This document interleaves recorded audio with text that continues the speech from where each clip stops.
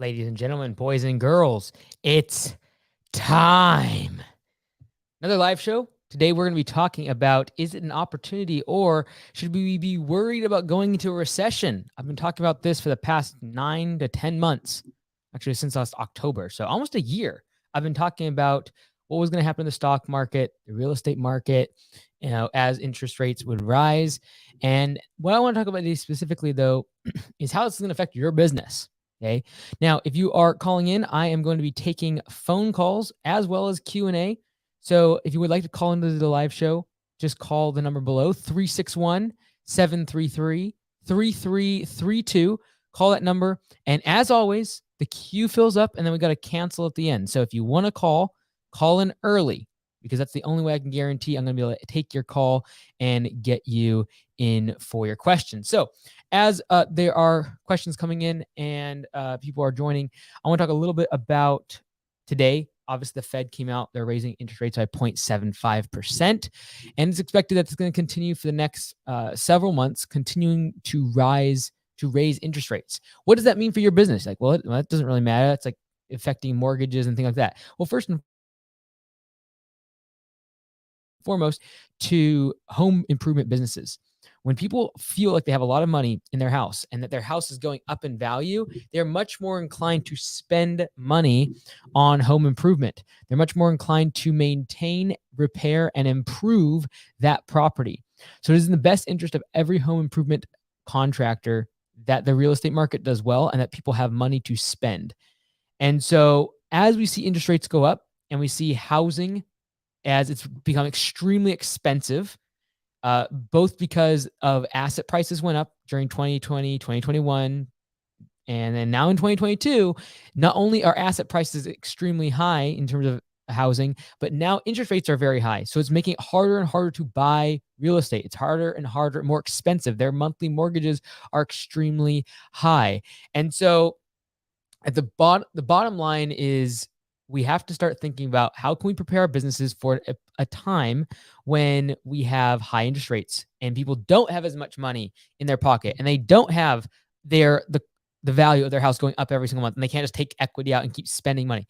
This is why I've been talking so much for years about having recurring work, because people are more likely in a recession to maintain their property versus improve and add to and construct new.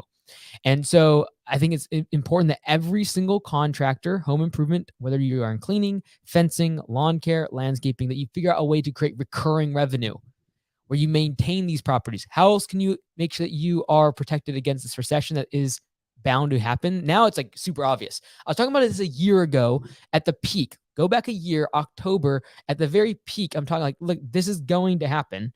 And, sure enough, here we are. Everyone's going to talk about it. It's going to keep happening over the next few months into 2023. It's going to get worse and worse and worse. We're going to see inflation come down. And in my opinion, we're going to actually see when the stock market, when the big companies start coming out with massive layoffs and when they come out with bad earnings, the stock market's going to continue to fall as it did today. It already has like by 40, 50% in a lot of the stocks. Massive. Real estate now, it's coming down. In some markets, already down massively. And when this starts affecting unemployment rates, just see things switch. It's going to be very, very interesting to see what happens in 2023 as this recession starts to take place. So what can you do in your business? Number one, make sure you have recurring work. Number two is have customers that are insulated from this type of economy. These are customers that are less price sensitive. They're okay with price increases, as well as they hired you because of your value and not because of your price. All right.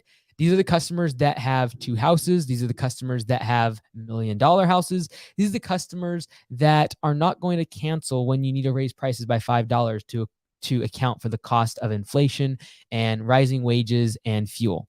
These are the customers you want to have. And so whether you are currently looking to get into business or you are trying to grow your business, I look at this as a massive opportunity. This is going to completely clean the clock of this industry. I've been talking about this for many years, and I thought 2020 was going to be the year when this happened, when all of the B players get wiped out in the industry. And it wasn't in 2020 because the government stepped in with so much capital that people actually started starting businesses more because there's such an influx of capital. As people got laid off or got fired from their job, they got a ton of cash to go start a business on the side. And guess what they did? They started home improvement businesses. All the B players are going to get wiped out over the next 12 to 24 months. I've been talking about this since the very first conference, Landscape Summit. By the way, everyone should sign up for Landscape Summit. Go to mikeandys.com/summit. We have one coming up here in January. It's going to be a phenomenal event. And I was talking about, like, what would be 4 or 5 years ago when we had our first one. I said, look, we all need to prepare ourselves for the next recession. And we are going into that moment right now. And this one's not going to be fast. This is not going to be a 2-3 week recession like we had in 2020, where it was like a quick scare. This is going to be a 6 to 12 to 18 month downturn that is going to completely clean the clock of this industry. And this is, I've said this before, this winter is going to be a record year for amount of landscaping companies, home improvement businesses going out of business and selling their company. And I'm putting my money more where my mouth is because I think it's an opportunity and there's going to be a real need. And so literally we're creating lawncarebusinessforsale.com. It should be up next month. And because I think there's going to be so many people trying to get out of this business because of wages inflation and fuel inflation. So all of that to say, we have a caller on the line. We have, I think it's from Kansas, area code 913. Welcome to the show. Thanks for coming on. Welcome to the Mike Andy Show. You're on. Go ahead. Hello, my name's Aaron. I'm a 13-year-old. So I'm going to do snow removal, and I was wondering when the best time is to market for that. Yeah, typically, like, regardless of what service you're talking about, you want to be marketing when people start thinking about it, right? So if you're in Kansas, you guys probably start getting snow in November sometimes, or like, is it more December? It's more December. Yeah, so like probably throughout November, you want to be talking about with existing customers and then marketing for that service. Usually 3 to 4 weeks before the peak like season. So whether it be mowing, you're going to be looking 3 to 4 weeks before that season. When it comes to snow plowing, same things. Okay. Cool. Thanks, brother. Thanks for coming on. You have a good one. You too. Thank you. Bye-bye. All right. Cool. First caller down. If you guys would have a question you would like to call in, the number is 361-733-3332. Go ahead and give that a call. As we get callers coming in on the queue, let's go ahead and see a question. Does the command center help with taxes?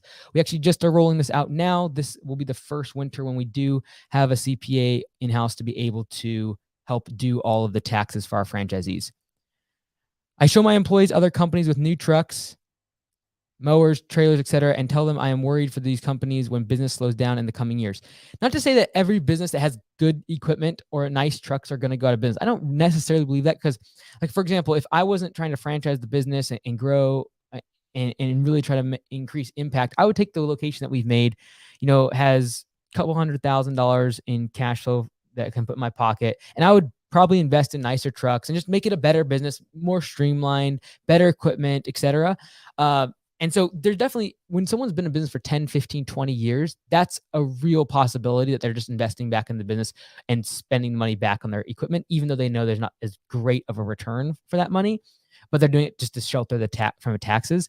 But what I get worried about is when there's new players entering the market. Those are the people that I'd be pointing at and being like, I'm sorry, but if you're just getting started and you have a brand new F350 dually for your mowing service and you have 3 of them and you have 1 employee, you're not going to be able to make it through when times get skinny. And when recession comes, I don't care how you set your business up, it's going to impact you. And the people that are going to win in the next decade are the ones that can get through that skinny time, because all the market share gets, as it contracts, it wipes out all the competition. And then as you go into a boom cycle, which usually lasts 10 to 15 years, that's when people win, the ones that were able to get through the bust cycle. So see here. Question. Is it online this time? Nope, it's in person. John McGuire, good to hear from you, Mike. Again, we had a good year this year. Mow Crew was simple and profitable, and Landscape was smooth and profitable. A lot of our systems are in place and working. With the recession on the horizon, do you grow next year and add another Mow Crew, or stay lean and profitable? We are going to make a nice profit this year and are scratching our heads on what to do with the money. completely depends on your goals. If you are trying to grow, I really think next spring is going to be an awesome time to do that, because I truly believe there's going to be a bloodbath this winter of people going out of business, people retiring, people selling their companies, people letting all their customers go. We're already seeing it this year. So many of our franchisees having people in their market that are just walking away from jobs, and we're getting calls like, our landscaper didn't call us back. And those are the best clients, because they realize the value of having someone who picks up the phone and someone who actually shows up to do the work. And they are not as price sensitive, because they realize that the person they just hired this past spring for $20 a cut doesn't show up, and doesn't even tell them they're not going to show up. So they're usually less price sensitive. They realize that a good value and a company that has everything together and good communication costs more, and they're willing to pay it once they've lost a contractor and felt that pain. Hello, I just started my lawn care business and it is slow as it is. This does not sound too good. Okay, so you're saying it's slow right now. If you just started your business in the middle of the season, don't expect there to be a ton of demand for your product in our services. If home improvement is, you got spring rush, you got 3 to 4 months where you're going to find most of your customers, and then your goal is to be able to service them throughout the rest of the year, upsell them throughout the rest of the year. But the bulk of your new customers are going to come during the spring rush. You're going to have a little bit of a bump usually during the fall rush as the season kind of cools off. And so if you're in lawn care and landscaping, it's leaf cleanup, it's property cleanups, it's getting ready for snow if you're in those type of markets. But your go time in this industry and most home improvement industries is going to be spring rush. So the game is, how do you save up money and keep dry powder set aside for the spring rush to be able to spend money on marketing then, and making sure that your website is actually ranking well on Google by the time the spring rush comes and people are searching for it on Google. Any sneak peeks on future projects or current things you or the team are working on? No. Thank you. How do you handle service taxes in Washington State? I'm not exactly sure what you mean by service taxes. But going back to this question real quick, I think this is a good one in terms of, what should we be doing if you're wanting to grow the business going into a recession? I really think it's about being patient, setting cash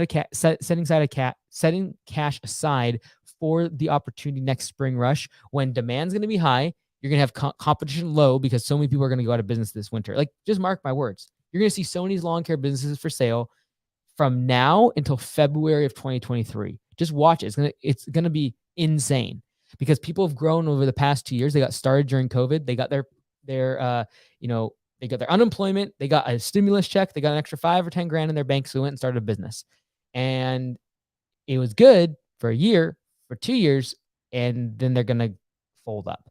So I'm seeing across the board, it's going to happen in every single home improvement industry, because the home improvement industries are so easy to get started. The barrier to entry is so low that that's the first business that people get started on, because you can get started with a lawn care business for like a few $1,000s. Just throw a weed whacker and a blower and a mower in your back of your truck. When they start to disappear, there's opportunity. Here's the bigger opportunity. And I've waited 13 minutes into this episode, this podcast, this video to share this.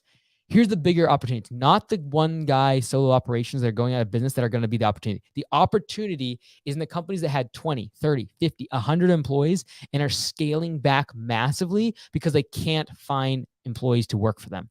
I don't know if you guys caught it, but I was interviewing Jonathan Potocznik from City Turf, who's a partner in City Turf, and they used to do $10 million plus in revenue down in Texas doing mowing and all the rest of it. And they have cut back substantially. You notice what he said? He said when they didn't have the laborers, they literally turned down and turned away and canceled thousands of customers. So think about the impact that you can have and the amount you can grow during that time. When you can't find laborers, when you can't find workers, when people are going out of business because they can't stay up with inflation in terms of their pricing. When that happens, the opportunity is massive. When people are bigger companies are starting to downsize, and I'm seeing this across the board, and they'll always have a good reason for it. It's not like they're doing a bad job. It's like what they'll usually do is consolidate services. What a lot of times they'll do is they'll choose the services they want to do that are higher margin, and they'll cut everything else out. Well, guess what? Everything they just cut out now is customers that just got cut from a company, and you're able to get those customers that are least price sensitive. The customer who just got cut from another service, or they stopped showing up, is the least price sensitive because they realize the value of having someone who just answers the phone, communicates, and actually does what they're going does what they said they're going to do. So, Mike, all of my customers are too cheap, and I can't upsell anything.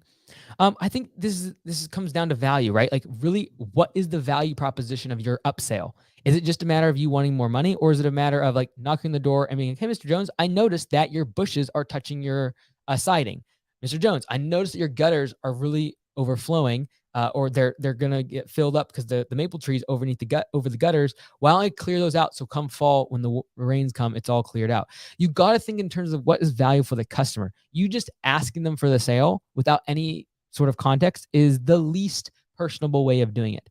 Staying in touch with them over and over throughout the year is also important. You can't just like show up when you need work and be like, "Hey, I'm trying to upsell you something." Like, you got to be in touch with them throughout the whole year and constantly upselling them the services that are pertinent to that season. If there's no reason to do lawn mowing and pitching that upsell during winter, there's no reason to be doing leaf cleanup and pitching that service during spring. So you got to make sure that whatever you are trying to upsell is pertinent to them in terms of season, and that they have the need. So the more customized you can make this, the better. The first thing you want to do is all your recurring customers that you have, every single time you're on their property, you want to be asking yourself, what can I upsell them?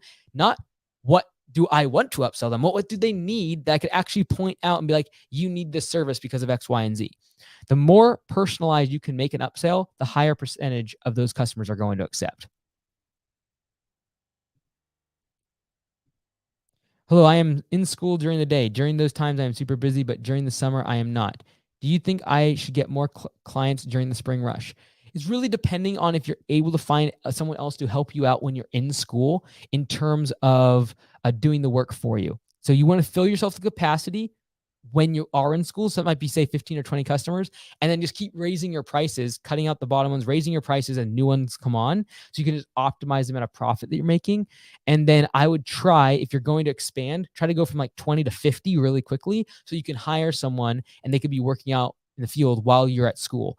That's a big step, but it's only possible if you raise your prices enough to account for that big jump in overhead. So that's why I would say maybe take one summer, raise your prices, cut off all really raise your prices substantially. So you might get 10 new customers, but you cut your bottom 5 to 10 customers because you raise your prices. Then the following season, you're going to go from 20 customers to 50 by using that margin to market. And then you're going to take those 50 customers and be able to go hire someone that is able to do the work while you're still in school. And then that season, you would really grow and expand. I can't even get my customers to go weekly, let alone pay for spring or fall cleanups, aerations.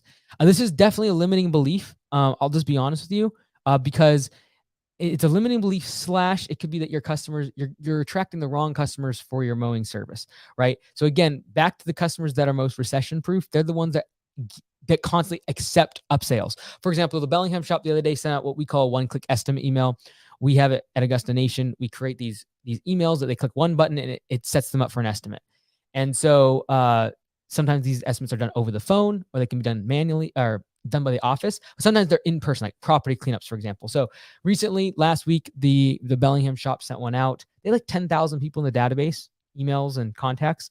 And I want to say it was over 100, because I know yesterday they sent out to one zip code and they got 50 in one day. So there's well over 100. I know I'm safe saying there was well over 100 estimates that came from that upsell for fall cleanups. And so, and property cleanups. This isn't even leaf cleanups yet. What we're trying to do is get a cleanup on their property and then go into leaf season and then be able to get them again on multiple cleanups. So again, it's time sensitive, as well as we've stayed in touch with them throughout the entire year with these emails. So they know that, hey, schedule is filling up. You always create scarcity in those emails. Schedule is filling up. Make sure you get your X, Y, and Z, whatever that service that you're upselling is, on the schedule. So you got to create the scarcity. You got to have the right timing. You don't send an email on a day when it's raining if you're trying to pitch some sort of project-based job that requires good weather. Same thing when it goes to fall cleanups. Don't send it on a day when it's like beautiful and there's no wind. Send it on a day when it's rainy, extremely windy, and they're like, "Oh my goodness, the leaves are everywhere. I don't want to go have to rake these up." That's when you send. So when pain is high, demand increases, and when demand increases, supply needs to step in, and that's where we come into play. I'm charging too cheap and I don't know how to raise my prices. There's a whole bunch of videos I've made about raising your prices. Feel free to check those out. Do you use any Google AdWords or Facebook ads? And if so, do you have any recommendations on how to do it, or any recommendations for a company that does it? I have some tutorials at landscapebusinesscourse.com, but this morning's public video, everyone here should watch. Okay. I know it's a boring video. It's 15 minutes long. I know it won't get a lot of views. That video will get a top of like 3,000 to 5,000 views. It's not going to get a lot. Okay. But that video is made for the people who ask this question every single time. Where should I spend my money? What's the best place to spend my money? Watch this morning's video. It'll walk you through exactly how to calculate each marketing platform, how much to spend on those platforms, and which one's going to be the best performing in your market. You can compare HomeAdvisor, Google, Facebook, every door direct mail, every sort of marketing platform you could think of is you can analyze those and compare them, contrast them using the video from this morning. I highly recommend that video. It has the picture of a guy mowing with a Google and a Facebook logo on it. Please, I beg of you, watch that video. Next caller coming in is from 612. Thanks for calling in. You're on the show. Oh, hey, what's up, Mike? How's it going? Good, man. I'm trying to watch you through my phone and the separate phone, so I heard the beep. But hey, I got a question for you. I've heard you say in the video once or twice that you think that this winter will be like a bloodbath for lawn care companies. Do you think that means that people are going out of the business this winter, or people will finish this winter, like their snow removal season, and then like go out of business starting in the spring, if that makes sense? Yeah, great question. So my hypothesis on this is that in markets where there's not snow, we're going to see a mass exodus at the end of this year. They're going to finish out their calendar year, run their tax return, and they're done, right? They're going to cancel their, like December 31st, they're going to cancel their LLC. If they have snow, I think that's why we're going to see a bunch in February and March also cancel, because before they have to start their blades up again for mowing, they're going to cancel then as well.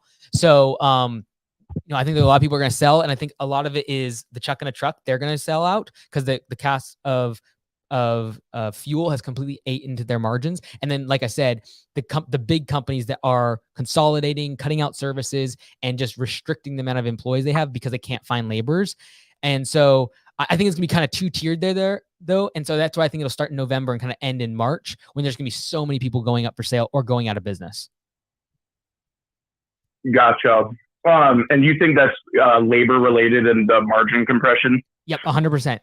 On the solo operator level, it's going to be margin compression. And as you go into a recession, they've had the lower prices. Like they have the bottom tier of customers because they're more price sensitive, and they're usually cheapest. Yeah.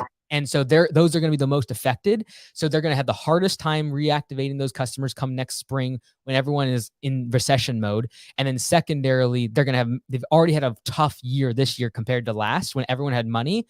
And so they're already like negative about the industry right now, like can't sell anybody, no one wants to buy, can't make any money in this industry. And then they're going to come into next spring and just be completely obliterated because no one will even buy their services because they currently have the lowest margin customers and the price sensitive customers. And then the big guys, you're 100% right. It's a labor. They can't find enough employees. And if you can't find enough employees and you have 50 employees, you know what you do? You cut back to 30 and you take the services that are the highest margin, and you just cut everything else out. Yeah, no, that totally makes sense. Just one more question. What do you think the biggest thing this interest rate hike is going to affect? I know obviously higher interest rates means it makes borrowing money more expensive. What do you think that means for the lawn landscape community? Yeah, the biggest thing is that the equity in the homes of customers is going to go down. So they're going to become much less inclined to spend money on additions, because adding a deck, spending $15,000 on your deck might add $12,000 to $15,000 of value to your house if you're lucky. Usually it's less than. And so additions to a home typically don't have a whole lot of value add, and no one's going to be doing those when the value of their property is falling, let alone if people who bought in 2021 are now upside down on their mortgage. That's going to throw everyone through a loophole, right? And I don't necessarily think they're going to sell because they can't go buy something for with a lower interest rate than what they got last year. But there is a mental switch that flips inside of a customer's mind when they owe $500,000 on something that's now worth $350,000. And so that is going to be the big thing, that customers will stop spending on additions. They'll stop spending money on those type of project-based jobs. And furthermore, they are going to be more price sensitive. They're going to look for a second option. They're going to look for a third price quote. And then that just comes down to, Who's answering the phone first? Who's getting the estimate out to them the fastest? Because these customers are begrudgingly going to be looking for a second and third quote. They know they need to. They know the price, costs are high. They know that we're in a recession. Everyone's now during that time taught to squeeze and pinch pennies. So they'll go get a second and third quote begrudgingly, but they'll rationalize the fact that they chose you because you answered your phone, you got out to them quickly, and they'll say, "Oh, like they were professionals, so I just went and hired them." And they'll do that just so they can check off the box of I got other quotes, but they didn't get back to me, and they'll go with the first person that got the quote to them. Yeah, and you're talking, is that for landscaping and mowing as well? Any service, like honestly, like even when it comes down to like construction, I deal with handyman all the time with my real estate and stuff. Like whoever just gets me the bid first literally gets the job 90% of the time. And so right, even if I have to haggle them or bring them down a price a little bit or cut something out of the job, like they almost always get the job. And the reason is because I don't want to go with other bids. And so that type of customer, the one who's less price sensitive like myself, is going to be the ones that people will do well on if they've been marketing to them, having a good brand. And actually, the best way to get through a recession is over the past year or two, you've been raising prices to basically weed out all the people that are going to leave you anyways during a recession. And so that's who's going to be most impacted. Huh. Awesome, man. Hey, I appreciate your time, Mike. You got it, brother. Take care. All right, next caller's coming out of area code 215. It says Pennsylvania, I think. Welcome to the show. Thanks for coming on. Hi. I watch your stuff all the time. Thank you so much. My pleasure. So my first question, it's not actually like about lawn mowing, but why do you put so much content out? Like you spend a lot of time. I was just like, what drives you to put so much stuff out for us? Yeah, good question. I never had this one. So I think first and foremost, it is a business decision. Anyone putting content on YouTube has business interest, right? So obviously I know that doing these live shows, like for example, I'm doing this one because I had a canceled call. So I was like, hey, I can fit this in. So I know that having a live call, for example, creates a lot more trust with the audience because if everything's scripted and everything's recorded, they're not going to trust me as much. So I know doing a live show is really important. And creating content, people like when people come to become franchisees at Augusta Lawn Care, they already know everything about me. They know everyone who works for me. They know Command Center. They know everything how it works because of the content. So it creates, we don't do like marketing and sales when it comes to the franchise. Same thing with all my products. Like I'll mention them, but it's not like we have funnels or ads that we run against. It's just like people that know that the content is good. They understand that what I'm going to be talking about is going to be valuable and they buy into the product. So first and foremost, business decision. Secondly, though, is I got started in lawn care and it allowed me to do what I've done so far in my career. And I want to give other young guys the opportunity to do that. So all of my framework and decisions when it comes to the public content is this speaking to my 15, 16, 17, 18, and 19-year-old self? Because I started Augusta at 18, but before that, I was weighing out, should I go to medical school or should I go scale up the lawn care business side of things? And so I'm constantly thinking like, what did I not have back then? Right. So literally landscapebusinesscourse.com was started because I typed in landscape business course into Google and I couldn't find anything that was helpful from real landscapers outside of like schools where I already had been let down by that. I already didn't want that. So I think that my biggest thing is first and foremost, a business decision. Secondly, I want to help the guy that I was when I was 8-9 years ago and getting them started. And I think there's an absolute need in the home improvement industry to professionalize it, make it more profitable, treat the employees correctly. And there's just been no innovation when it comes to culture in this industry because all of that brain power has gone towards technology. And so everyone at Google and Facebook had talked about culture and things like open book management and profit sharing and pay for performance. And all of that stuff is very common in that world because all the brain power and money has gone that direction. I feel like there's a massive hole in opportunity in the home improvement industry. And my goal is to professionalize it and make it where people can make good living. They can hire people and pay them $30 plus an hour. And they can do that because they have such a solid brand and a great professional image that customers are willing to pay for. And so that's why I look forward to recessions, is because I think it's gonna screen out the people that haven't been listening to the type of content I create, and the people who have been are gonna really win and succeed. Oh, that's awesome. So one other question I have. So I'm 17, and my company I started 2 years ago, and now we're up to like about 80 lawns per week. Cool. Do you know how like minors set up? Because I'm at the point where I'm gonna have to pay taxes. Yep. And so I'm trying to do everything more legit. Mm-hmm. How do you like set up a business account as a minor? Like, do you know of any kids or how they deal with that? Yeah. Are your parents willing to co-sign for you? Yeah. Yeah, so like they're gonna have to sign for it. I would probably make them a majority stake ownership to create an LLC. Now, when do you turn 18? Okay. Like 10 months. Okay, so it's still a while away. So I would do your LLC with them on there, so that way it's really easy. You can do it online, like really, there's no issues. And then same thing at like the bank and everything. You can start in the business's name, and then that way when you turn 18, all you'll need to do is go into your state site, typically Secretary of State, and change the ownership stake to you, and then your business license change you to the principal. Right. So if you do those two things, you basically on the back end can change all the equity back to you, and then you don't have to change anything with the business license or the banking or anything like that, because it's all in the business's name. Insurance, like keep all of that stuff so you can set it up this year. But then next year, all you'll do is on the back end change the equity over back to you and take them off of it. And there's no extra cost in that. You'll just have to do a new business license, which is usually like $60 to $100. Okay.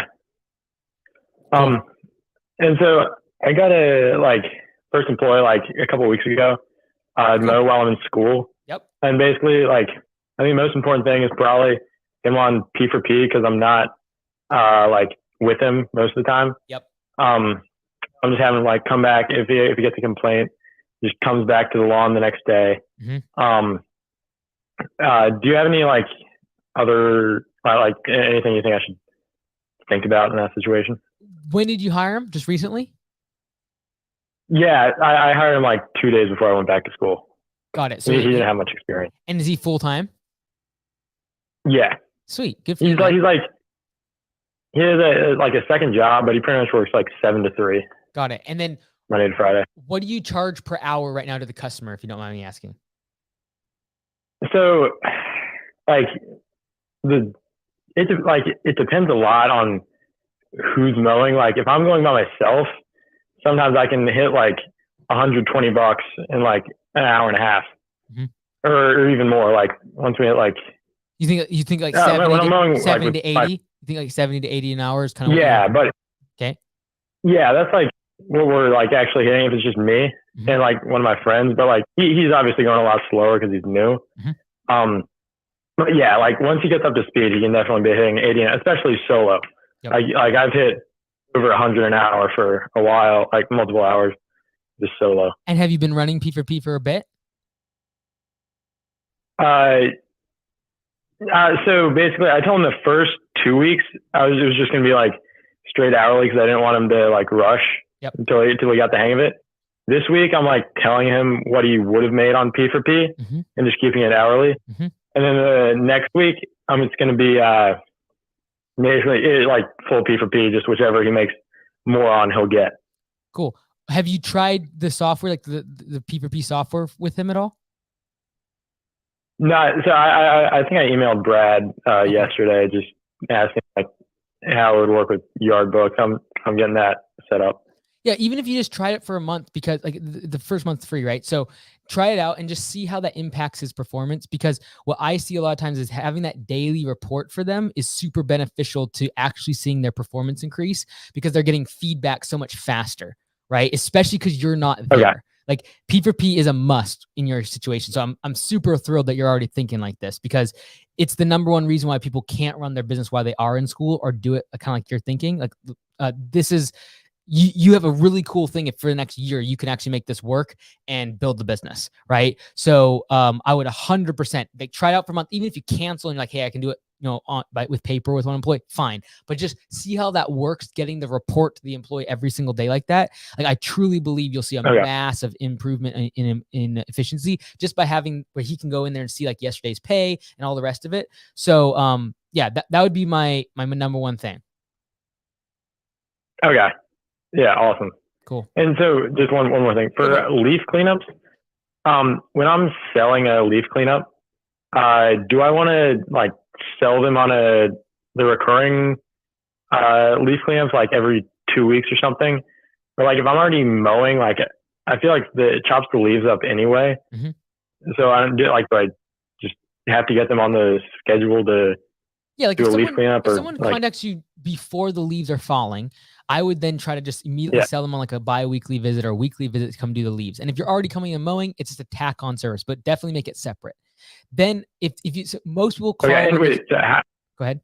How much extra would you, like let's say I'm doing a lawn for $40, Mm-hmm. that's my minimum, 40 weekly, 60 bi-weekly. Mm-hmm. If I'm doing like 40 weekly, so I have a zero turn, a 6-inch zero turn. Mm-hmm. So I'll buy a bagger for that and just go over it with the bagger, Mm-hmm. just take up the leaves. Mm-hmm. So it's not going to take me like any more time per se. So do you still charge more for that?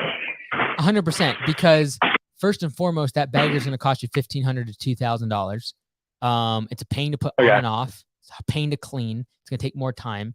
You're going to have a whole bunch of debris now that you got to get rid of and taking care of that. So I would 100% be charging at least $20 extra for that leaf clean, like at a minimum.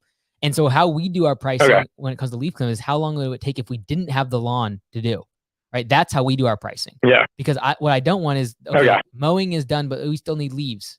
Okay, it's $5 per cut. Oh, great. $5 per week for my leaf cleanup. Just do the leaves this week. That's what you don't want. So completely keep it separate in terms of the pricing as if the lawn was not being done. So that would be my recommendation. And then what you're most of the time going to get is someone calling in the middle of leaf season asking for a cleanup.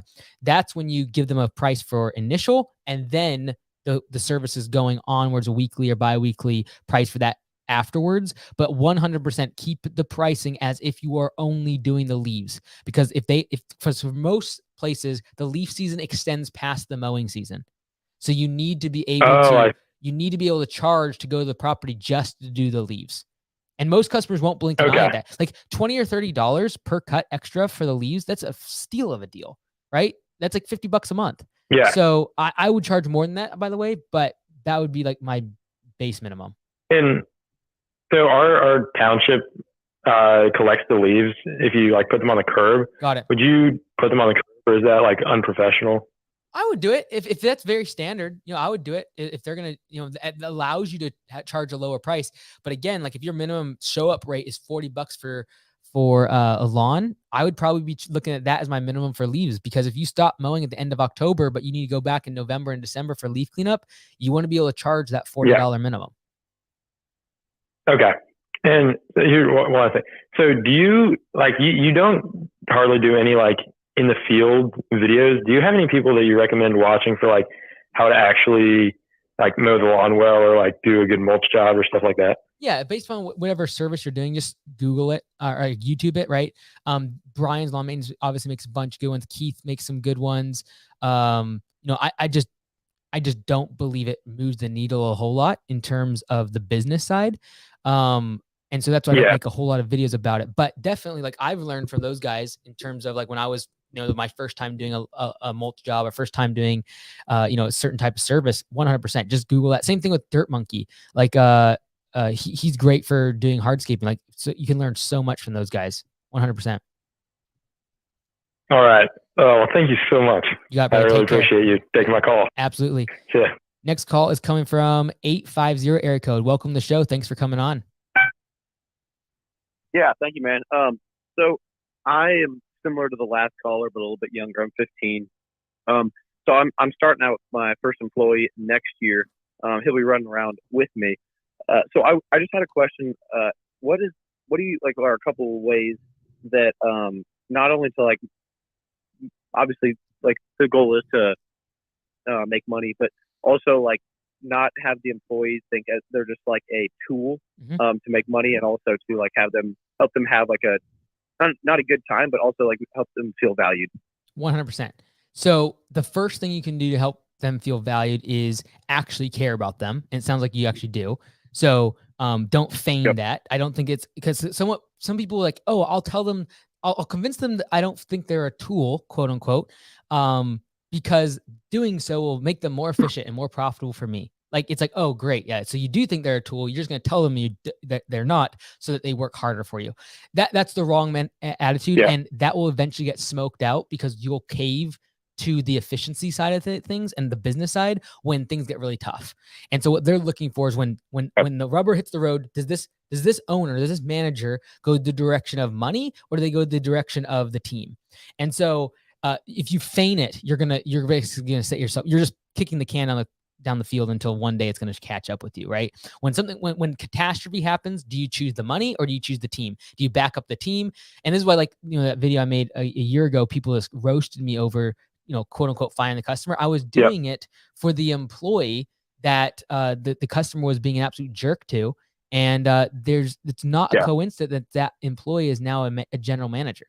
And so in that moment, the employee sees, like, and there was no communication between me and the employee, but they saw, okay, they fired that customer because they said something negative about me and said I couldn't come back to their property. Oh, they fired a customer. Like, they literally lost thousands of dollars in order to be able to just have self-confidence. Like, that speaks volume to the employee. And when that happens day after day after day after day, and you do that over and over, there is nothing they can point to and be like, they think I'm a tool. So that's the first thing. Secondly, would be open book management, sharing the numbers of the business. There is nothing to hide. And if there's nothing to hide and there's they can't create drama, right? And if you create a culture where people can come talk to you and they're not afraid of asking you really hard questions, like, why didn't I get a promotion? Why can't I get a pay increase? Why are we doing this job? Like, if they can't ask you really hard questions, there's going to be a lot of drama that starts inside the culture.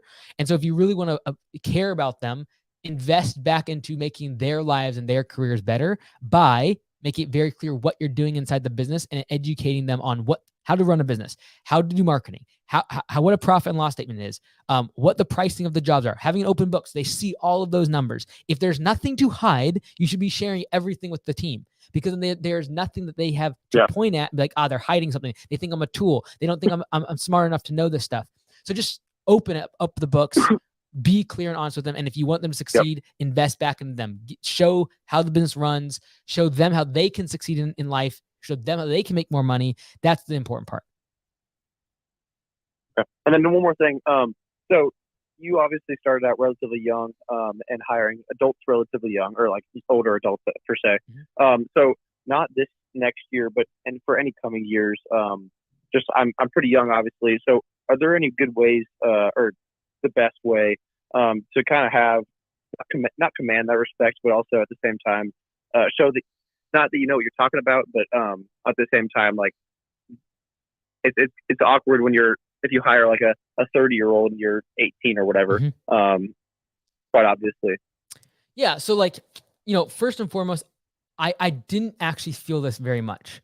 The reason was because I went to college so young. I was so used to being around people that are in their 20s. Yeah. That like when I was 13, I was in college, right? So I was very comfortable being around 24, 25-year-olds. And to this day, I really feel like my peers, like when I look at someone, I'm like, hey, like, are they my age? I think 35 to 40, right? And so it is because that's the cohort that I was in college with. And so, it wasn't super awkward for me, but I would say, looking back on it, because I never addressed it, because I never talked about it, because I never thought it, I therefore acted in the way of being a manager and a boss and an employer, instead of I'm a young kid, right? So it's the confidence at which you speak. It's really figuring out how to communicate really with authority, not with dictatorship or telling people what to do, but speaking with conviction and knowing about what you're going to do, and then delivering on those things, and then just being consistent. And people are going to follow your example. If you're the first one there, the last one to leave, you work hard, you're not afraid to get your hands dirty. Until we probably had 20 employees more, I would still get in the field, not because we needed to, because I just wanted to prove that I can work very, very hard. And I don't want them to think I'm soft, because I'm not. It just, the business was requiring me to work on the business and be in the office side of things more.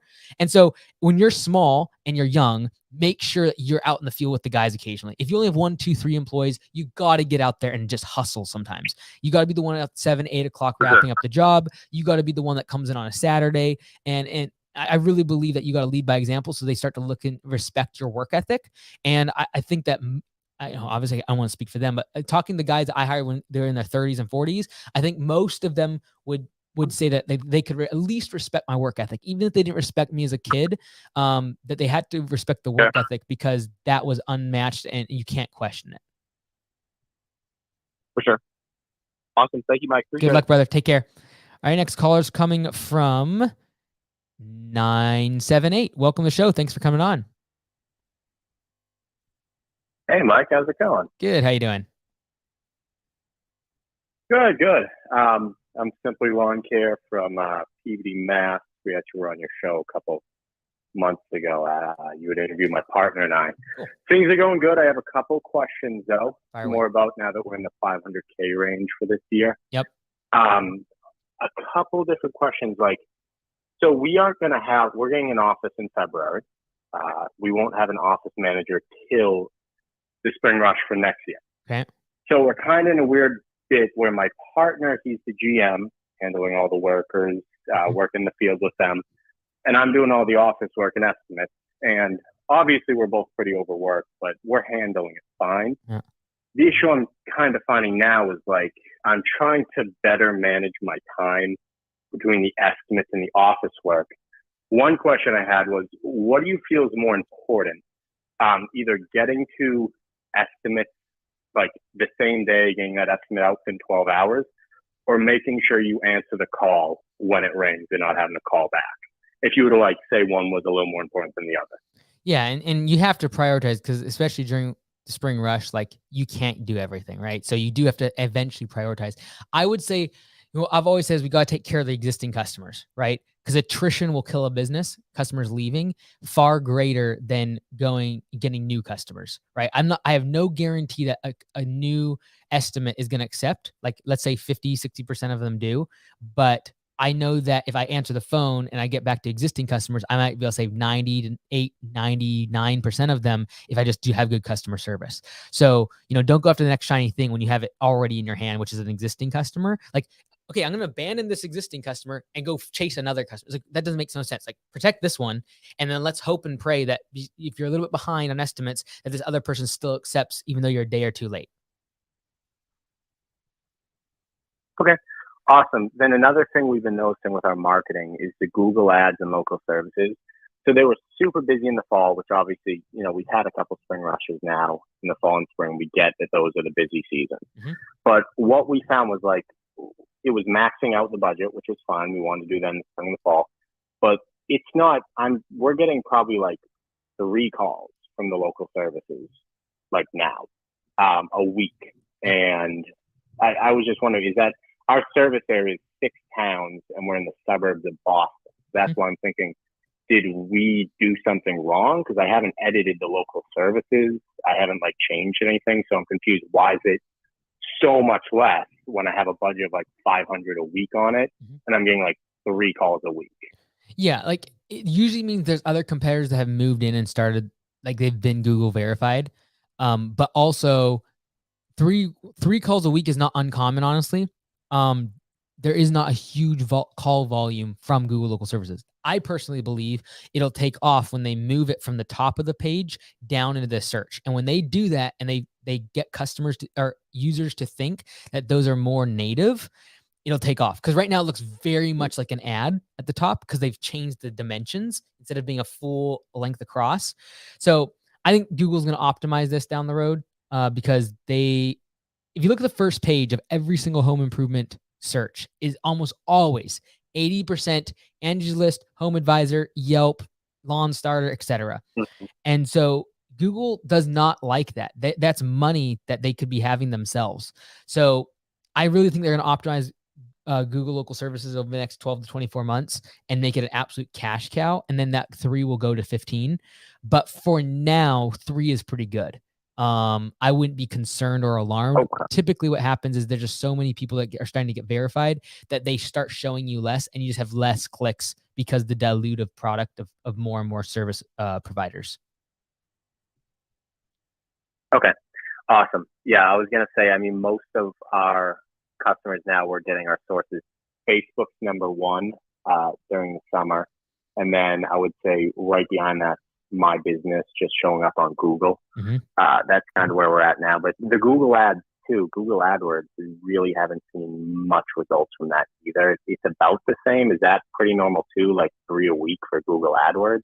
Yeah, it depends on obviously how much you're spending, but demand, like again, you're talking about like a 5 to 10x multiple of demand during the spring rush, if not 15x compared to now, probably 50x compared to what you're going to get in 2 months, right? So, it's not linear at all. Like it's extremely important. That's why I say like spend most of your marketing dollars during the spring rush. That's when the clicks are available to have, and most people turn off their ads because they're so busy and they're falling behind, right? So any marketing dollar that you're looking to spend, if you can, I would be spending it in the spring rush. Again, most people don't, because that's when they're so busy and overwhelmed with work, they can't get the laborers or the equipment or trucks to get the work done. So I'd be just really preparing for that rush, because if you have everything set up correctly and you're able to spend money during that spring rush, your dollars will go so much further, and you'll go from 500 to 800,000 instead of spending all of your cash getting to 650 by spending it throughout the next 4 or 5 months. Make sense? Yes, definitely. My follow-up question to that then is, our plan was we wanted to get another truck. We're up to 3 trucks right now, 2 projects, 1 mow truck. Yep. We were planning on having another project truck right now for getting ready for this fall rush, because obviously we're in New England. But we honestly, we probably spent $2,000 if I looked at the report on marketing all of spring.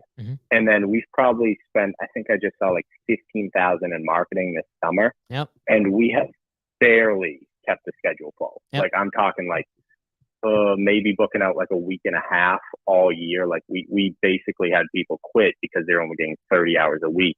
Yep. And we only had 6 people in the field. Now, do you think that's a marketing issue? We need to fix our marketing? Do you think, is that normal? We've just never dealt with, this is our first time, crazy that I don't talk having 6 workers.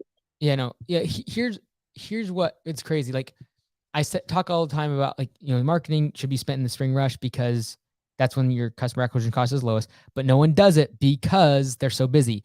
Well, the flip side is true, and that is when demand goes down and everyone needs work, guess what they do? They go spend money on marketing. Guess what that does? It drives the cost per click up. So what you're experiencing right now is not only because demand is low, it's also because everyone else is trying to spend money on marketing too. And so the solution to that problem is spend the money in during the spring rush, but book out projects way out in the future and only focus on the recurring work during the spring rush, so you can actually capitalize on that recurring work the rest of the year and let the projects be booked out way off into the future. There are people that do projects that are booked out 6 to 12 months. And so anything that can wait during spring rush needs to be pushed off, so that instead of spending $2,000 during that time, you spend $15,000 during that time. That will triple or quadruple the results you have for the business if you spend that $15,000 during the spring rush. The reason you don't is because you're so busy. The thing is, what you can do is move off everything that is not time sensitive during the spring rush. All that, like that project truck should become a mowing truck during the spring rush. Every single project you start booking out during these months when you're slower, and that's going to allow that when the mowing comes down, things start slowing down from spring rush. That's when you're picking up for the projects, and you should be booking out 3-4 months on those. Okay, awesome. And then a question on, only 2 more questions. I won't take too much of your time. On more organic marketing, so email newsletters we started doing this summer. We've only sent out 3, but we've done one once a month. We've been trying to stay consistent. Send out another one this month. We're getting about a 0.3% response rate. Now, we do have a buddy of ours who does graphic design, so they're pretty professional looking. I'm really happy with it. Do you think the 0.3% response rate to these is that normal? Is that just a momentum issue because we just started doing the newsletters, or could it even be like the newsletter itself is too professional? Too professional. Your email newsletters, we try to vary between really professional and then super personal, right? So I would challenge you on your next one to make it very personal and no graphics, and I'd say your response rate will be more like 5%. Okay, awesome. Yep. Great. One last question for you then. It. My partner and I, so I'm handling all the office work now in the estimates. Like I said, I was helping with the training obviously in the spring, so it's so busy, but now I'm just doing the office work in the estimates. He's basically the GM, he's in the field. He's working with the guys still in the field every day, training and handling equipment. something we've been finding is the workers are definitely starting to see me more as like the boss. And even though he's the boss too, more of like a friend, which we're finding a balance with it. The other thing I'm worried about is because I'm not in the field and I'm a young guy, I'm only 23. I haven't sensed this yet, but I worry that if we run into the issue of like them being like, well, Brandon just sits in the office and does estimates all day. What does he know about this? Even though I did it for 3 years, like 80 hours a week, that sort of thing. What can me and my partner work on, like together? What are things we can be doing to help prevent kind of that kind of, I guess, him versus him kind of mindset with the workers? Yeah, over communicate, right? So I would be trying to have him do your team meetings that are disciplinary, because so that he stops becoming a quote unquote friend, buddy with the guys.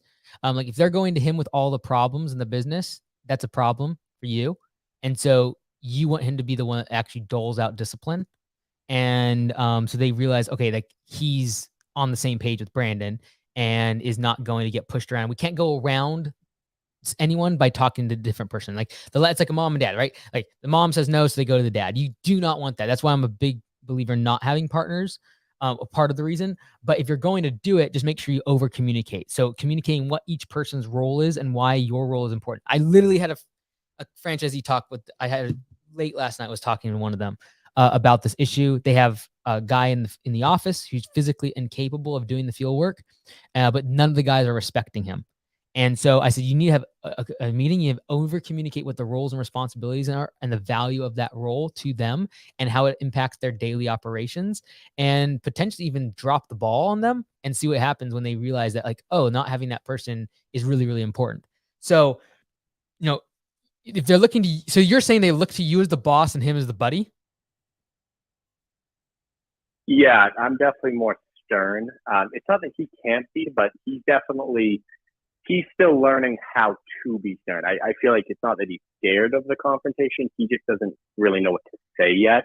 And I'm more of a forward person where like I have no issue, pointing out, hey, this is wrong, explaining it, not in like a rude way. The major thing is being actually very between stern you with and them. him, right? As long as you both are aware that the value of both of your roles are important, the good cop, bad cop thing works usually pretty well. If you can abide by that. Like, you're the bad cop, he's the good cop. Not a bad scenario as long as you both understand your roles. Or what you do is you throw him into disciplinary action, and then you do more celebratory things. You do commemorative things. You give moments of appreciation away, if that's the way what you want to do. If you're trying to duplicate yourselves, you do the latter. If you're trying to always be together and be the good cop, bad cop, it's not a bad thing if they bring everything to him because they just feel more comfortable, but then they know that you're like the guy who brings down the sword. That's fine. It just, if either of you ever dropped away from the business, you'd lose your whole team, because they're not going to go with the buddy because then he has to switch to being more disciplinary, and they're not going to go to you because they think that you're a tyrant, right? So you'd have to just be, the two of you have to be very in agreement of what those roles look like, and remain bad cop, good cop, bad cop, or you have to be more where you try to level it out by letting him take on more disciplinary things. Does that make sense to you? Yeah. No, I think the latter is definitely the great choice. Because he definitely can do it. Yeah. I think if anything, it's just he's been so buried in the actual, in the field work. We just haven't had enough time till this summer to really talk about it. Yeah, and so that's definitely gonna be our main 5 or focus 6 going forward. guys, I'd recommend you hopping out in the field like once a month and just destroying a job that's is way over budget hours. Just go out there and just crush it, and just show that you know what you're doing. Okay, cool. Yeah, I like that advice. Thanks Best so of luck, much, brother. Mike. I really appreciate it. You got it. Next caller. Sorry, Sam. You've been waiting for 18 minutes. I'm sorry. Welcome. Thanks for coming on. Hey, Mike, how you doing? Good. How you doing? Good. Hey, this is Sam with Troops Mowing. I was on an episode of Zero Turn, so I just wanted to say thank you for that. Yep. I was calling really quick, see if you could check out my website. I'm really curious if I would get any value from switching over to your website services, Okay. and just kind of seeing. What's Are you there? Yeah, I'm here. What's the URL? URL is troopsmowing.com.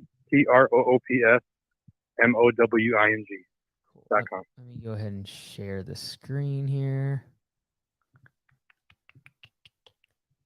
Here we go. Troops mowing. Okay. By the way, So I built it with Squarespace. for everyone else listening, this is not going to be a website video where I go through everyone's URLs. So don't put those in the chats. Okay. So I'm just pulling up now. This is with Yardbook, it looks like, right?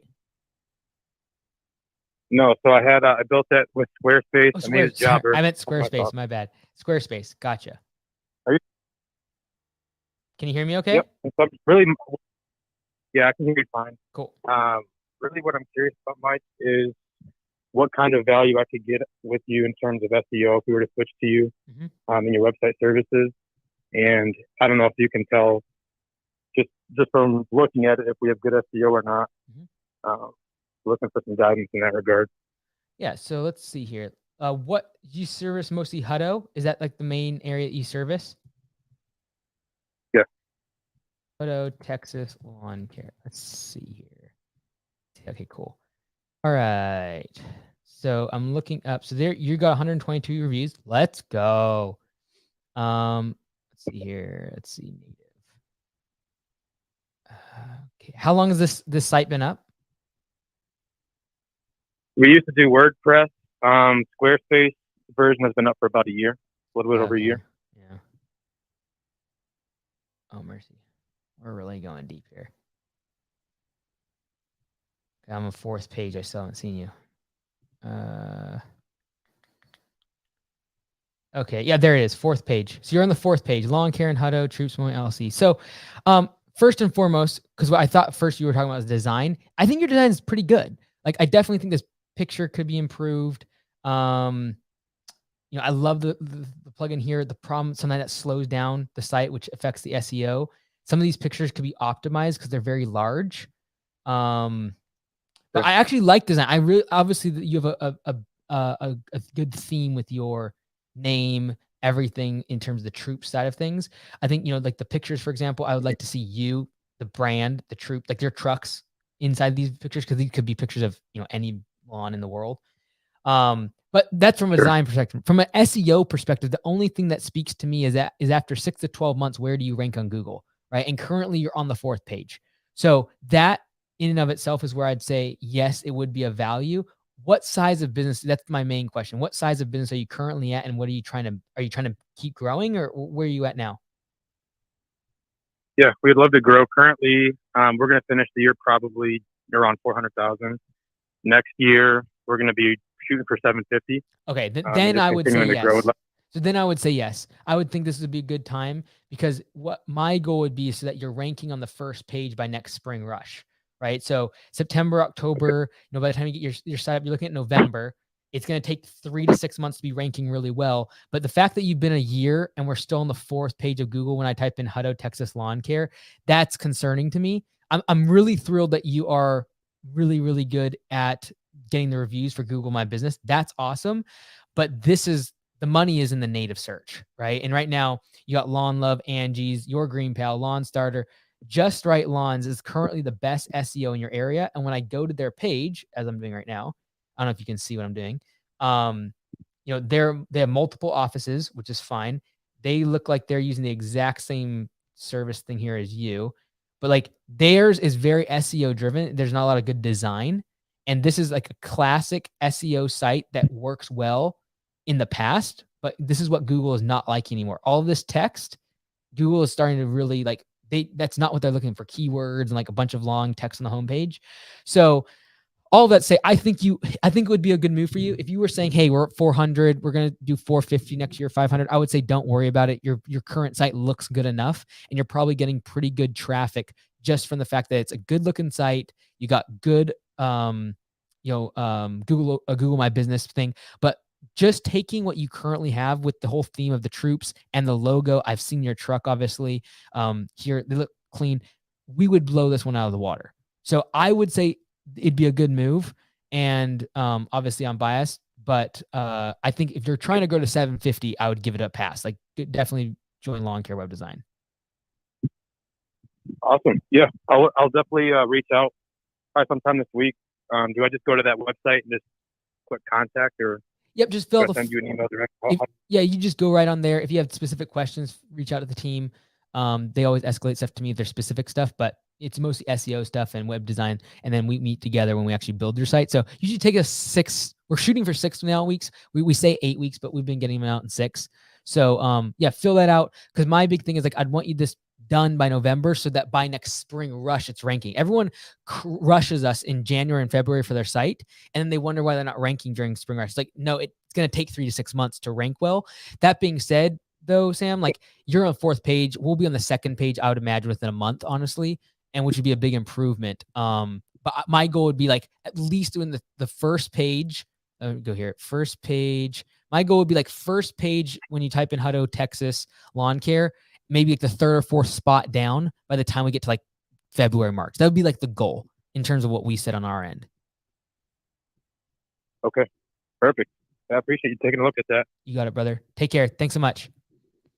All right, next caller is coming from 208 area code. Welcome to the show. Hey, thanks, Mike.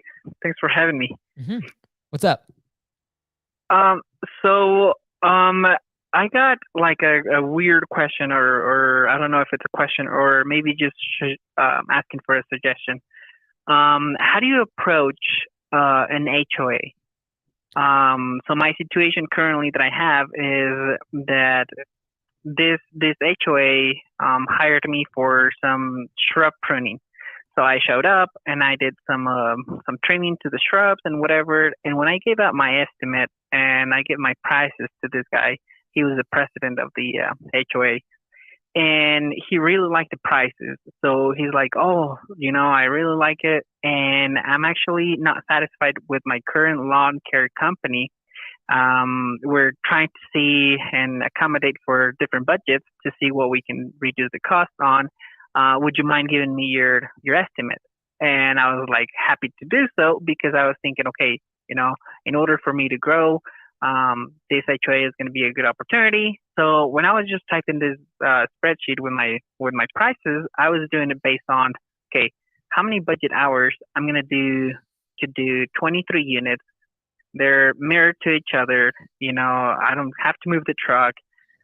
It's a lot of weed whacking because the sidewalks and the front porches are really next to each other. So this HOA community, it's kind of like so small in this area. And I was thinking, okay, this is going to be my estimate. But then I quickly asked the guy, hey, just for curiosity, just for kicks and giggles, how much are they charging you currently? And see what would it be like, right? I was not hoping for him to give me the numbers, because I was like, okay, what if he lowballs that number and now I don't know, it's kind of like that kind of situation. So he came back and said, you know what, this is the budget that we're looking for 2023. And the price that I was giving him, it was like a third of it of what he's currently paying for. Mm-hmm. Okay, so you're asking how do you get the contract now, or are you worried about the fact that you're a third of the price? No, well, because he gave me the numbers, all I had to do was reduce a little bit of that budget that they had for 2023, and he said, okay, let me submit it to the board, and then we'll get back to you. And then he came back to me and said, it's all yours. You came in lower than the rest of the guys, the rest of your competitors around here. So it's yours for 2023. So now, how do I get the contract typed in? How do I, do I ask an advance for it? I mean, what I was estimating was a third of the cost, but I had to go way above that because I only knock off a few hundred of the prices that they had. Okay, so let me be clear. So, I see what you're saying. So you're saying you did the budget hours, came out to a third of what they were charging before, and then what you did is just went a couple $100 below what they're currently getting charged. So you won the contract, and now you have all of this extra money. Is that what you're saying? Yes. Well, technically on paper, Good problem to have. Because guess what? Right. You're gonna need you're gonna need the time. How many lawns do you currently do? 19. Yeah. So you're doubling the size of your business, right? And so by having 23 more lawns, you're going to find that you underbid that job. I can guarantee it. 100%. I would bet my life on it. So don't worry about that right now. You did the budget hours correctly in terms of budgeting, creating the estimate based on budget hours, but you are 100% underestimating those budget hours. And that's fine because what I was glad you said is you just went below what theirs was. I'm glad you didn't go for a third. Okay. So that's a good problem to have for now. Set it up with the budget hours that you previously thought. That's fine. And then just realize that you're probably going to have to recalibrate that in the next spring, right? Once you actually know what the real budget hours are, then you can just change them later on. But don't stress out about, oh man, like now I've got to fix it. You could, if you wanted to, just divide out how many more budget hours you can tack on to these jobs, like each visit. You could do that. That's fine as well. But I wouldn't stress about it at your current size because it's not like you're doing P for P where this is going to affect the guy's pay. If it was affecting the guy's pay on P for P, I would definitely take whatever the extra amount was, divide it out by your hourly rate. Okay, that's the amount of budget hours I have extra, split it up across all the visits and give more extra so the guys have the money and the budget hours are accurate. But at your size, roll with the punches. I think it'll be a good experience for you, and just realize that you're probably going to have to recalibrate budget hours in spring. So as far as the contract goes, how do you structure a contract with an HOA? Yep. So which software do you use? None. Okay. So what I would do, if you're not going to use software, you're going to charge them a monthly amount every single month. I would highly recommend using something you go free, like Yardbook or Lawn Pro is cheap to get started. So you can send them an invoice every single month. And just for that? Oh, okay. Yeah, I would send them a monthly I thought for like invoice. A software for. Yeah, like a CRM. Yep. Okay. Yeah, that's I use Wave. Okay. Wave yep. Perfect. Wave app. Yep, absolutely. Yep, I've used them before. So, what you can do is just invoice them every single month. This is going to same amount every single month. But then on your end, in terms of budget hours, that's going to be per visit, and that doesn't change, right? Like that doesn't matter. That they don't have to see that side, but just invoice them at the end of every single month. Right. And then as far as and then prior to that, then I got the snow removal for that property as well. I did send out a contract. I typed in a really easy contract, copy and paste, just basically saying my company is going to be liable for whatever damages they do to the cars or whatever, just kind of like covering that aspect and then being liable for that aspect. Mm-hmm. But is it fair for me to ask for okay, I would have to have 20% down of what this is going to cost? No, as far as not typically on an HOA. Typically, they're going to want more of a maintenance schedule, right, where they're paying the same amount every single month. It's less likely that they're going to want 20% down. They're wanting like a full package every single month. They just pay the same level billing. For commercial work, it's pretty common. I think the big thing that I'd be warning you of is adding too many services too early in the business, because just adding snow as a service to your insurance, for example, will more than triple it. It'll also more than double your auto insurance. So things like that could potentially wipe out all profits from the contract. So I'm not saying, you already have the contract. I'm just saying you might potentially think about subbing out the snow plowing or services that are going to create where you have to buy extra equipment, increase your liability insurance, all the rest of it. That'd be a consideration in the back of my mind if I was you, as you begin to get into this contract. I see. Gotcha. Cool. Anything else I can help with? Well, No. Thank you so much. Awesome. You got it. Take care. All right. Next caller is coming from 770. I think it's from Georgia. Welcome to the show. Thanks for coming on. Yo, what's up, Mike? How you doing? Good. You have a good radio voice. Nice and low. Oh, is it? Sounds great. Sounds great. Bad, man. Shoot. What's up? How can I help? I just had a quick question about what you were doing in terms of are current inflation hikes impacting your prices immediately, or are you waiting out a little bit more to see how everything plays out? Yeah, no, we raised prices across the board. We've had to. We delayed by at least 3 to 4 months, and it killed us. I probably lost $100,000 just at the one location in profit because we didn't raise prices when we wanted to in March. I thought, okay, the whole Ukraine war thing took off. We had oil shock. I'm like, hey, you know what? Let's just like hold off. I don't want to, hurt the customers. But that we didn't raise prices until June. That probably cost me $100,000. So, I thought oil would come down a little quicker and stuff like that. So we raised prices though twice this year already. We raised prices on existing customers, we raised prices on new customers, we raised prices on projects, we raised prices on estimate fees, we raised prices on dump fees, we raised prices on everything. So definitely not. And especially right now, as we're still at the tail end of, we're going into a recession, right? I think one way to weed out the customers that you don't want in a recession is to raise your price, because everyone who leaves that's price sensitive, you don't want them during a recession. They're typically going to be the bargain hunters, the person that's going to not take upsells, the person that's not going to have allow for higher margins, and you don't want them during a recession anyway. So clean them out now, replace them before we get into a very dark recession, if it potentially goes that direction. You have better customers that stick with you.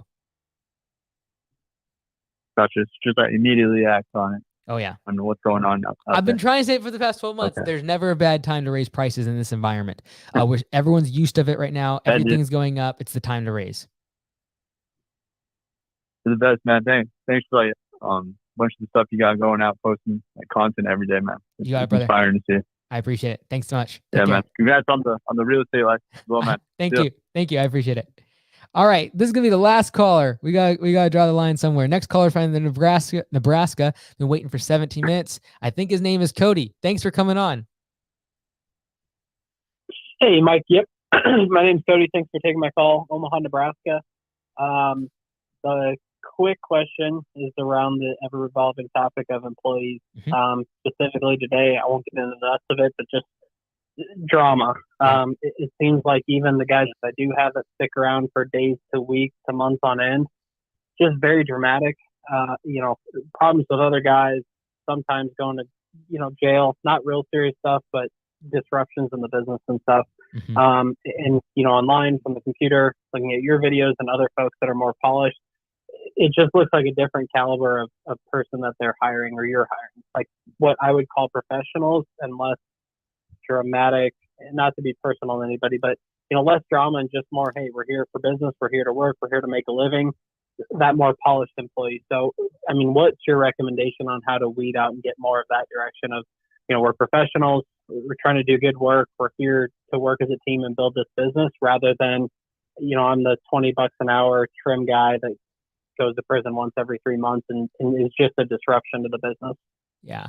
Like, I think the first thing is you got to realize that you're judging yourself based upon your competitors. And most of us look at our competitors through rose-colored glasses as if everything they're doing is working, when you just don't get to see all the drama that's happening at their place, right? And same thing with like, even you look at someone like myself, like, oh, they have it buttoned down. It's like, no, we still deal with drama, lots of it. It's just a matter of that's not what you show to the public. And same thing to your competitors. They're not advertising their dirty laundry either. So just realize it's happening in every organization. Even if you look at, the best of the best businesses ever, and they're hiring people for $200,000 a year, there's still drama, just different types of drama, right? You got infidelity happening in the office. You got people doing, coming to work on drugs. Like, you got weird stuff still happening. It's just a different type of drama, right? You can have, a bunch of women and have all sorts of drama happening, right? Different type of drama than you're going to have with a bunch of dudes that are working hard on drugs, doing, smoking, doing whatever, coming to work on a what's it called? Sorry, I just went blank there. I was reading something. Hung over. Those are just different problems, different types of drama, right? So you're gonna have drama regardless. Every single business has drama. That's the first thing to realize. Your competitors, they have just as much, if not more, drama than you. I have drama. Everyone has drama. All right. It's just that most of the time, drama you don't talk about. Like, I can't talk about the employees that this week have medical issues, family issues, people that have or have debt issues. Like, I can't talk about any of that, but I have to have those conversations with every single employee, right? So it's just something that talk about. It's not public. So that's the first thing. Number one, very, very important. We always look at our competitors through rose-colored glasses as if their businesses are so good and perfect. Secondly, I would say as you grow the business, you do get a little bit more brand authority, because you're getting people that are coming into the business mostly from referrals from your existing crew. So if you have good guys, they're bringing other good guys to come work for you. as well as when you have applicants constantly coming in, you are able to weed out your bottom performers. And it's the same thing like with customers with raising prices. When it comes to your team, if you have low performers, as long as you get a lot of applicants coming in, you're able to replace the lowest performing employees with the new applicants that are really well qualified and really good. So what I would say is double down on your trying to get more applicants, double down on your hiring process, double down on getting more people in the door for applications, because it'll put pressure on people to either perform or they're going to get cut. People will get complacent and there'll be more drama in environments like, hey, as long as you just show up to work, you got yourself a job. Well, now when everyone's competing for a position, because they know there's 5 other people that are ready to be called tomorrow if you don't show up to work, that changes everything, right? And so when you're in a place of power to be able to do that, it changes the business and your relationship with the employees dramatically, because now you are the one that has more of leverage. And so it sounds horrible. I hate even using that term, like leverage against employees. I don't like using that. However, the whole culture deteriorates when you don't have leverage. And it's actually really bad for your top performers when you as the employer don't have leverage, because the bottom performers begin to run the ship, right? And everyone just goes down to the lowest common denominator of skill and effort. And so it's your responsibility as an employer to retain that leverage so you are able to replace the bottom performers, keeping the higher performers more motivated, because it's the worst thing to work with low performers. So it's your responsibility to do that. And so I would just double down on more applicants, better hiring processes, just constantly having people in the back seat that are ready to step forward if you need them, and just constantly hiring. Okay. Would you recommend balancing that with like the types of services that we do? So I like water features. We've been doing mowing. We're doing landscaping. We're kind of doing everything right now. And on certain days, I'm like, gosh, maybe it makes sense, cut the mowing, go with a higher skill, higher revenue, like your typical design build type stuff. It's been one thought. Another thought has been on the mowing side, maybe I do anticipate that I'm constantly rolling through people, and instead of having, a trailer and stand-ons and zero-turn mowers that take more time to get properly trained and get efficient on, just say, hey, we're going to use half-ton trucks, we're going to use 30-inch push mowers. It's not what anybody around here really does, but I can take any one body off the street practically and not have catastrophic issues and have a much shorter turnaround for training. Is that the right mindset, or is that a little too negative and intuitive? There's 2 schools of thought here, right? One is, okay, how do I systematize, make it really simple so I can get, like you said, anybody off the street, train them up really quickly and they're profitable? Or B, do I focus on very skilled labor that I can then charge a very premium price and be able to afford to pay someone $30, $35 an hour because they have the skills to do excavation and water features and all the rest of it? So there's no right or wrong. Either of those I think will work in the labor market. The challenging question is, can you even find the first part? Right? Can you even find the guys that can do the excavation, that can do the pond features? That's my bigger question. And so what I would recommend to you is to literally do a 50% price increase on all your mowing and see what happens. Because what's going to happen is right now you're thinking about scratching it, so you might as well do that. And if you retain 90% of your customers, now all of a sudden your mowing has become so profitable to where you can afford to pay a higher wage, and you're going to be able to attract a different level of employee for that position, because you're now comparing McDonald's at $14 an hour versus $16 an hour right now for landscaping, and they're like, not a chance. $2 more per hour, I'll just work at McDonald's. But when you're able to now pay them $20 an hour, now 14 versus 20 starts to look really, really interesting, and they're willing to go out and work. And you're able to compete against McDonald's because you're talking about entry-level work. If you start comparing yourself against a very skilled labor that can do excavation, pond features, all this other construction stuff, you're comparing your $30 to $35 an hour, which sounds great, to other jobs that are 40, 45 if they went into construction or the oil industry and other things. So it's just, which problems do you want to have? It's either A, dealing with quote unquote drama of entry-level employees that don't have much skill, or B, dealing with drama from someone who is extremely skilled, you can't replace, and now you're handcuffed to them. So it's just, the drama issue kind of ties hand in hand in which direction you go with the business. It's just a different type of drama, different issues you're going to have with the employees, and they're just part of leadership. But I would just, if I was you, I would 50% price increase your mowing, because you're already considering cutting it. And then what I think is going to happen is you're going to retain 70 to 80% of those customers. You're going to become so profitable in mowing, you'll be able to afford a higher wage, and that will attract a better talent pool, and it'll be easier to find employees because they're comparing against, like I said, McDonald's down the street. Okay. Thank you. I appreciate it. The 50% increase on the mowing is interesting. Obviously, you got way more experience with that. Obviously pricing changes all over the place. We're $50 a yard minimum right now. So the thought of going to 75, if 75% of the folks or even 50% of them stayed with, I would hands down take that route. Just, obviously hesitant towards like nuking. Yeah, I would just say, okay, but, like let's raise our minimum to 70 and raise all prices by, let's say 40%, right? But trust me, like that will more than double your profits. It'll probably triple your profits in mowing. And that alone will allow you to raise your wage by at least $3 or $4 an hour, which will completely put you in a different market when it comes to the labor pool, right? And I think that'll change your opinion of mowing. And that's why we focus so much on mowing. Is I do believe you can create a price insensitive customer with that service. And then you're competing against entry level laborers instead of guys who have so many options when they're that skilled.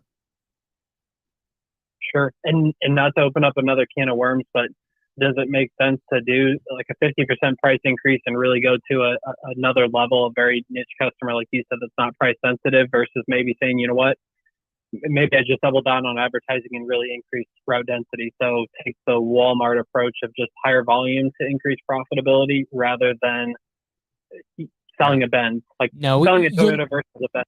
No, the Walmart approach cannot work in this industry. It just can't because you can't find the laborers for that cheap. You're going to ramp up drama if you're trying to constantly go after cheap labor. And drama could be in the form of literally HDB program not coming through and everything falls apart. Or it could just be like, again, they're comparing $14 an hour against $15 an hour. And they're not going to go for 15 if they're making $1 more than McDonald's per hour, right? So I would say, raise the prices and just focus on being a premium service. Here's the thing. Just raising your prices makes you a premium service because no one's going to buy if they are not the type of customer that is premium, right? If you're so much higher than everyone else, but you're able to offer better employees, better training, better trucks, better customer service, phone calls get answered because you have the higher margins, it's natural selection of better customers are going to come to you. And so it's just a very natural way of the business moving that direction.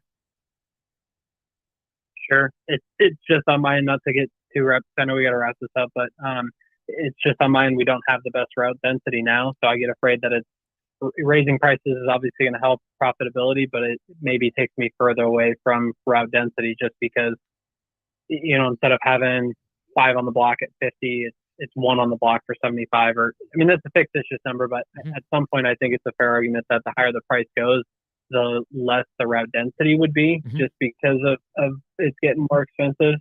Thoughts on that? How many lawns do you have? About 95. Oh yeah, I would do it. And we have terrible route density to say the least, but it's one of those like, well, once we get to second, third, fourth crew, we're going to have little pockets that'll improve route density as we continue to scale and just push through the mud of the difference being poorly dense right now. You're gonna go from 95 to 70 customers when you raise your prices by like 40%, and so now what you have to compare is, okay, how profitable were we on the delta? So the 25 that we lose, how profitable on those were we, right? So I'm assuming literally like a 30% of your customers are going to leave. So if by having them, those 25, are you 30 to 40% more profitable? No, you are not, because they're at a lower price point. Yep. And again, the whole reason I said that is because you literally stated we might just cut the mowing. So if you're going to cut the mowing, before you do that, might as well just jack the prices. And I think you're going to be shocked that you might lose 25 customers. The other 70 stay with you. And you're at 9. If you would have said 15 or 20 lawns, I would have said, okay, this is a different ballgame. But at 95, going to 70 is not going to dramatically decrease your efficiency on route density. It's just not, regardless of what your service area is, because you already have so many stops inside of whatever service area you have. Taking away 20, 30% doesn't move the needle. If you would have said 15 to 20 lawns, I would have said cancel everything I just said. At 95, I would do that. Again, only because you said you're considering cutting it out, right? If your goal was growth, expansion, you want 400 lawns, I'd say, hey, keep doing what you're doing. Like you said, get more customers, close every single job, get good route density. And then when you get to the point when you need to make it profitable, then you would raise the prices. But if you're considering cutting the service because you can't find employees for it, that's when you say, hey, jack the prices, give the delta, a big chunk of it to the employees, so you can hire like for $4 or $5 more than everyone else in your competition in your area, and then see what comes in the door. And I guarantee you'll tap into a different type of labor market. Okay. Thank you. Much appreciated. You got it. Sorry to everybody in the queue that I was going to get canceled. I said that was the last call. I need to hop on a call. It's 5 p.m. I got a call here, Pacific Standard Time. So thank you all for joining. It was a long one. Mercy goodness. We're at what? An hour and 30 minutes on the dollar. So thank you to everyone that was commenting. I will scroll through these very, very quickly, but I'm not going to answer any of these. We will have another show where we will answer just the comments. So I'll get to the comments definitely down the road. Thank you all for your support. Thank you all for supporting landscapebusinesscourse.com, MBA for Entrepreneurs, lawncarewebdesign.com. I really appreciate it. All the links are in the description. I really encourage everyone to come to Summit. I really, really cannot overemphasize how good this year is going to be. The work we're already putting into it. We just got, what's his name? I just blanked. Corey Ballard. He's going to be coming. We got Tommy Mello. He's going to be the opening keynote. He does a $150 million business. Corey did 25, 30 per year, then sold Perfect Cut. We got multiple owners that are in that $1 to $2 million range. We got someone speaking that has a nursery, a dealership, and 2 lawn care locations. We have Marcus, who spoke last year as a consultant. He does massive design build consulting for companies that do 7, 8, 10 plus $1 million in annual revenue. It's going to be a great event. I think you want to be there. Make sure you get a hotel at the event. The hotel's good. It's relatively cheap. $120 a night is a pretty good deal now these days. But what's cool is you're at the event. You don't need a rental car. You can literally fly into Seattle, drive the bus directly to the doorstep of the hotel. We have food there. It's within walking distance of other restaurants for dinner. It's going to be a great event. It really, really is. I really think this is going to be our best one yet. We're putting a lot of effort into all aspects. So I'm really looking forward to it. And just go to mikeandes.com/summit and you can book your tickets there. Bring a manager, bring your spouse. We're having the support track. Liz, Lonnie, Lee, other people, spouses are going to be speaking at that event. Probably 30, 40 people in that track. And it'll be a separate room for 2 of the afternoons. They'll be speaking there for a couple hours and doing different things with people who are not owners. So how to support the owner. So anyone that is in your support network, managers, employees, spouse, really good to bring your spouse, by the way. If I was married, I would be bringing my wife to every single event that I go to, just so we're on the same page, just so we understand each other's language. We understand why, we come back and we're like all rearing to go and goals, and we have ambition and we're driven to get started in the spring rush.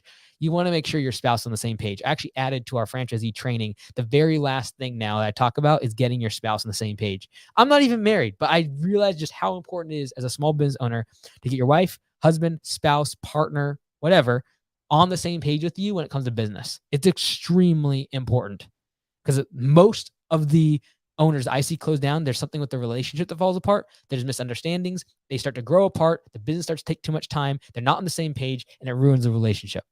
So I really recommend you bring your spouse. They'll connect with other people there that are on the same, they understand their issues, because it'd be a great event. Please bring them and bring your team. It's just going to be a lot of fun, as well as a ton of education. Someone asked me the other day, hey, they were comparing us against another event and say, why should I come to Landscape Summit versus this other event? I said, this other event is basically having people that do marketing services, web design services, all these other things, have them speak on the stage, and then they sell for the last usually 20, 30% of their speech. Everyone that's coming to this event at Landscape Summit has actually run a business in lawn care and landscaping. None of them have just hypothesized about marketing, hypothesized about hiring because they're like a good HR company. No, these are people that have actually run lawn care and landscaping businesses and all scaled into the 7 figures plus, 8 figures and beyond. It's going to be a great event. In the past, I've done most of the speaking. I'm still going to be doing speaking every single day for keynotes. But now there's going to be other people as well. It's going to be fantastic. Have the support track, have everyone there at the same hotel. I'm really looking forward to it. It's going to be the best event we've ever put on. So MikeAndes.com/summit. Look forward to seeing you there.